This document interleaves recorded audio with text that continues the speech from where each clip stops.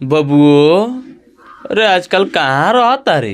कहाँ रहतानी? घर ही रहतानी। आजकल भोजपुरी इंडस्ट्री में जो चलता तो देखतानी। अच्छा, तो ते उहे देखतारी? आज खेसारी भैया गाना लिखवन पूर्णा फिल्म्स के यूट्यूब चैनल से देख लिया कि ना? ए मर्दे, कैसन बात करता रह। आज 18 सेकंड पर 10वां लाइक हम ही कहनी है। सोचलो नहीं पहिलका लाइक करे के, लेकिन ना हो पाइल कवे। तब वो 18 सेकंड में 10वां लाइक हम ही कहनी है। ना विश्वास है तो देख सकते रहे स्क्रीनशॉट।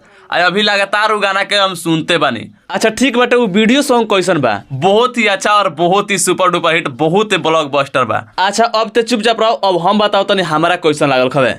नमस्कार, प्रणाम दोस्तों, गुड मॉर्निंग। कैसे हैं आप लोग? उम्मीद करता हूँ कि बहुत ही अच्छे होंगे।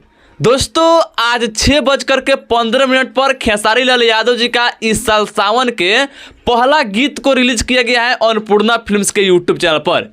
मैं उस गाने को जब पहली बार सुना तो मुझे हल्का कम पसंद आया। दूसरा बार मैं सुना तो थोड़ा और पसंद आया। तीसरा बार मैं और फुल आवाज करके अपने मोबाइल को सुना तो मुझे वह गाना बिल्कुल दिल में बस गया। बहुत ही ज़्यादा ब्लॉकबस्टर और बहुत ही सुपर डुपर हिट।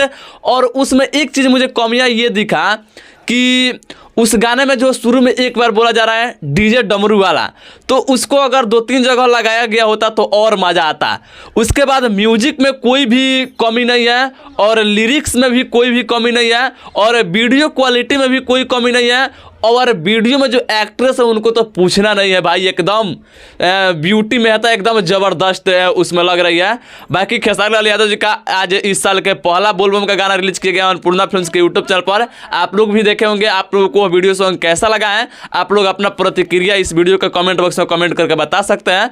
बाकी अगर आप लोगों को वीडियो अच्छा लगा तो लाइक शेयर कीजिएगा, चैनल पर नहीं तो सब्सक्राइब कीजिएगा। मिलते हैं नेक्स्ट वीडियो में, तब तक के लिए जय हिंद, जय भोजपुरी।